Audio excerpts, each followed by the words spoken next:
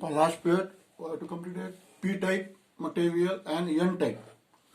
Semiconductor two types: intrinsic semiconductor, extrinsic semiconductor. Extrinsic semiconductor two types: P-type and N-type.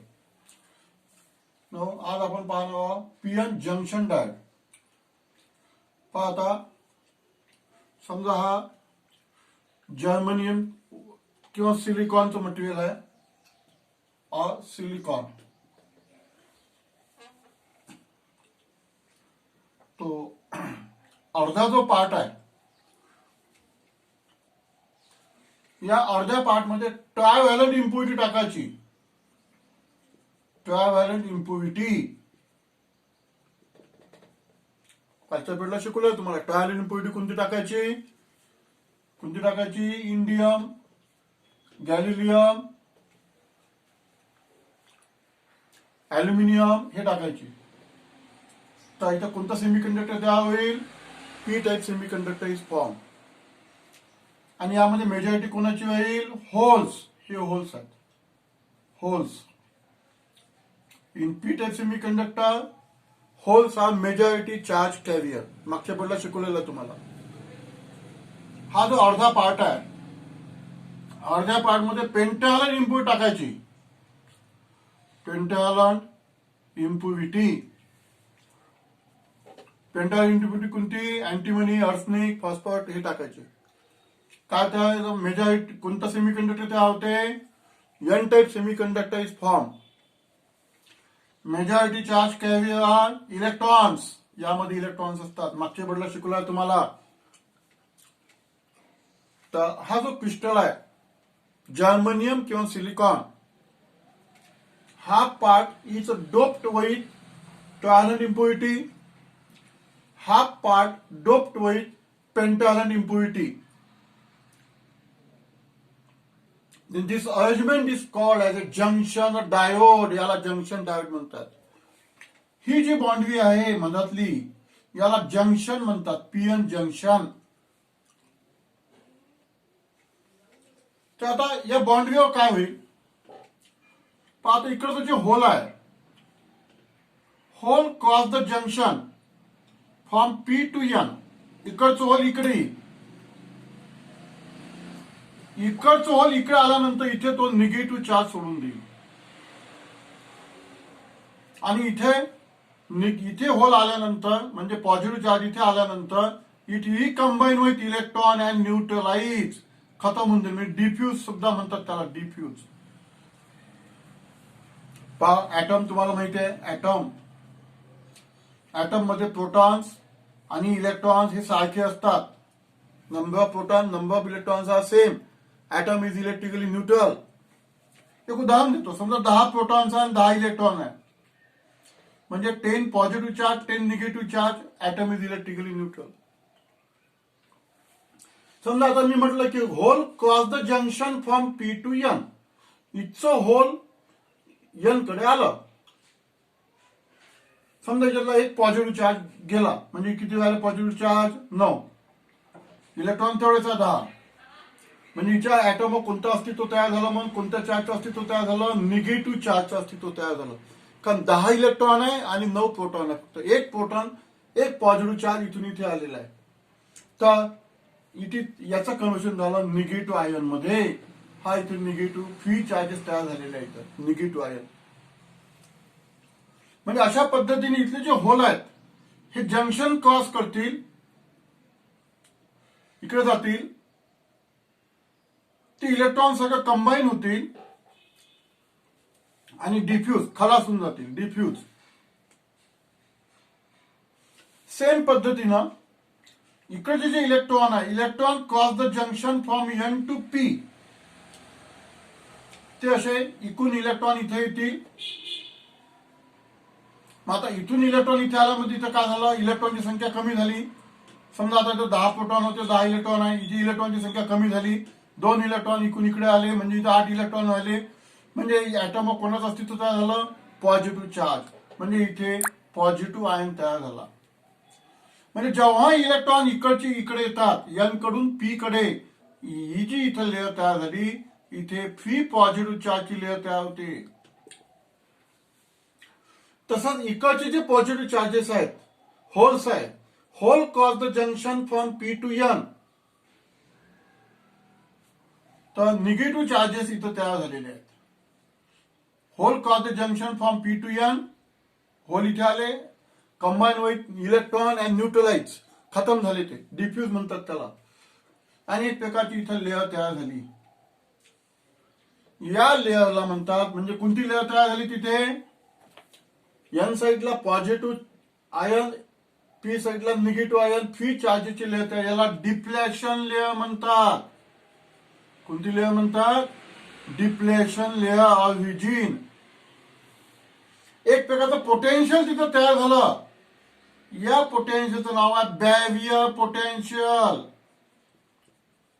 या पोटेन्शियलचं नाव काय, barrier potential. याला barrier potential म्हणतात. एक प्रकारचं छोटस बॅरियर पोटेन्शियल तिथं तयार झालेलं आहे.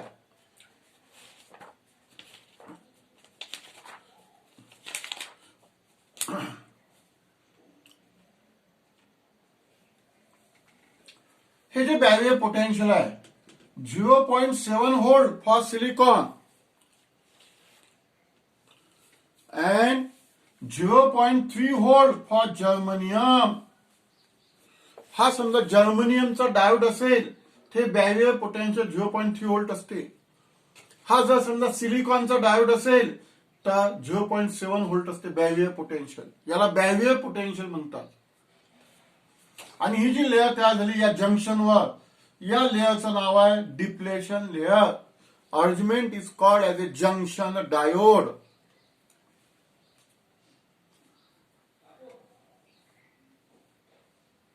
तर एवढा पार्ट समजला.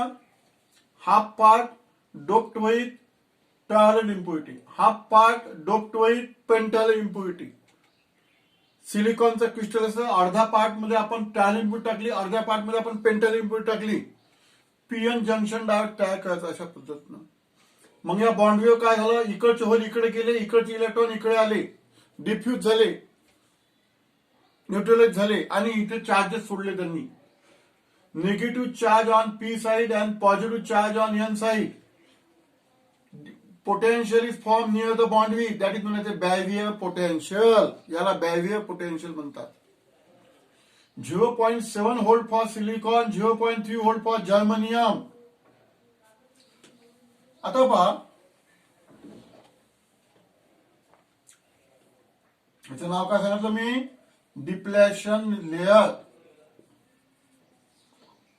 आता फॉरवर्ड बाईज कशाला म्हणतात, फॉरवर्ड बाईज.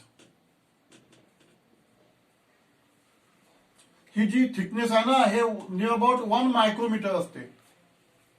त्याचा थिकनेस 0.5 मायक्रोमीटर टू 1 मायक्रोमीटर असते. या डिप्लेशन व्हिजिनचा थिकनेस. तर पी साइड मध्ये मेजॉरिटी कोणाची आहे, होल्स. हे होल्स आहेत. एन साइड मध्ये हे काय आहे, एन साइड मध्ये मेजॉरिटी कोणाची आहे, इलेक्ट्रॉन्स. आपण मायनॉरिटीचा विचार करणार नाही. याच्यात मायनॉरिटी मध्ये होल इलेक्ट्रॉन्स, याच्यात मायनॉरिटी मध्ये होल्स. आता बायसिंग करणे म्हणजे काय, हा अनबाईज डायोड आहे. अनबाईज, अनबाईज डायोड म्हणजे, आता डायोड समजला ना, this arrangement is known as a diode.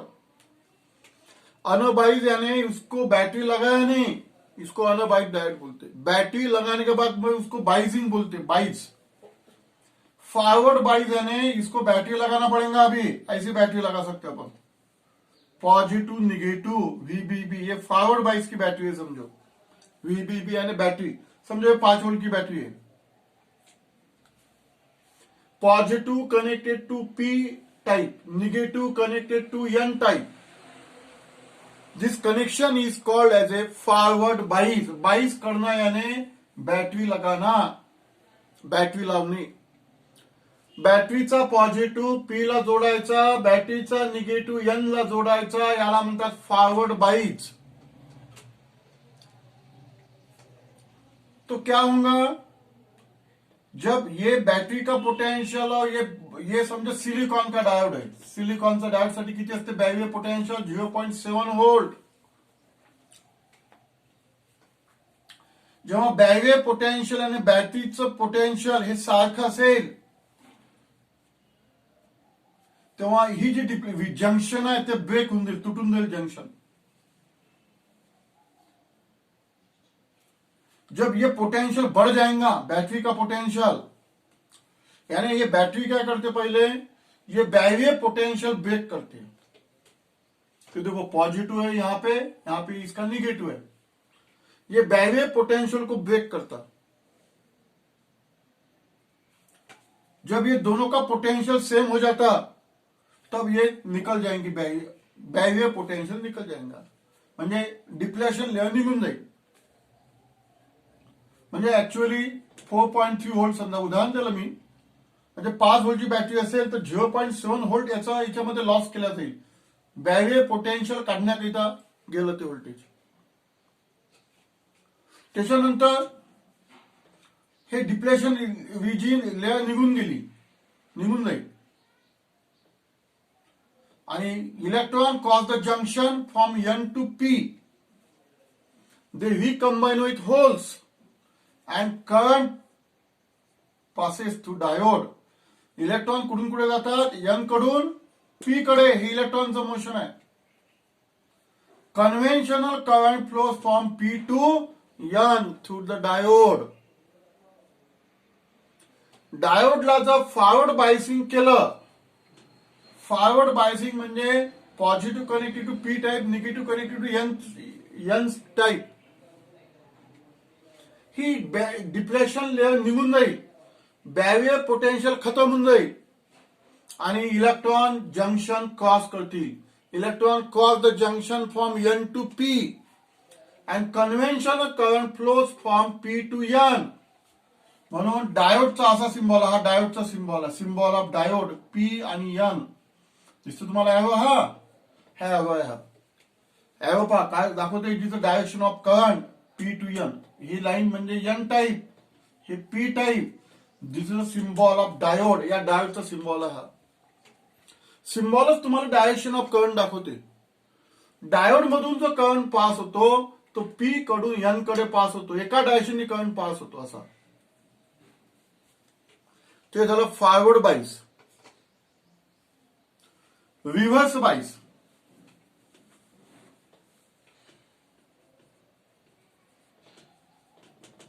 Reverse बाईस. आता रिव्हर्स बाईस मध्ये कसं करतात, पी ला निगेटिव्ह जोडतात. व्हीसीसी बॅटरी आहे, रिव्हर्स बायसिसची बॅटरी नेहमी व्हीसीसी नाव देतात त्याला, जास्त असते ते व्हीसीसी. रिव्हर्स बायची बॅटरी हे जास्त राहते, 20 व्होल्टची असेल, समजा 12 व्होल्टची 5 व्होल्टची असेल, त्याची 20 व्होल्टची असेल.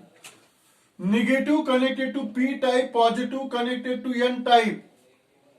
दिस connection is called as a reverse bias. याला रिव्हर्स बाईज म्हणतात, उलटी कनेक्शन. तर काय होईल आता, ही जी आपली डिप्लेशन लेअर होती, समजलं की नाही, स्टार्टिंगचा डायोड आता जेव्हा तो अनबाईज होता, नंतर आपण त्याला रिव्हर्स बायसिंग केलं, तर काय होईल बघा, निगेटिव्ह निगेटिव्ह पॉझिटिव्ह पॉझिटिव्ह आलं ते. ही डिप्लेक्शन लेअर ब्रेक होणार आणि width of deflection layer increases, पुन्हा वाढून जाईल ती विड्थ त्याची. याची विड्थ वाढली आणि हे इलेक्ट्रॉन जंक्शन क्रॉस करणार नाही, म्हणून यामधून करंट पास होणार नाही. रिव्हर्स बाईस मुळे काय होते, ही जी विड्थ ऑफ डिप्लेक्शन लेअर आहे ती वाढते. Width of deflection layer increases. Electron do not cross the junction. Electron junction cross करणार नाही, त्यामुळे करंट पास होणार नाही. डायोड म्हणजे तुमच्या लक्षात आलं असेल, डायोड मधून जर करंट पास करायचं असेल, डायोड जर सर्किट मध्ये जोडायचं असेल, तर डायोडला फॉरवर्ड बाईज मध्येच कनेक्ट करावं लागते. रिव्हर्स बाईज मध्ये कनेक्ट केलं तर डायोड मधून करंट पास होत नाही. करंट पास करण्याकरिता, डायोड कंडक्ट होण्याकरिता डायोडला फॉरवर्ड बाईज मध्येच कनेक्ट करावं लागते बॅटरीला. फॉरवर्ड बाईज समजलं तुम्हाला, positive battery connected to the P type, negative battery connected to N type. तर हे झालं रिव्हर्स बाईस. म्हणून याला डायोड म्हणतात, डायोड व्हॉल्व म्हणतात. करंट डायोड मधून एकाच डायरेक्शनने पास होतो. तो कोणत्या? P to N, when it is connected to forward bias. समजलं? तर हे झालेलं आपलं diode, forward bias, reverse bias, depletion layer आणि बॅरियर पोटेन्शियल.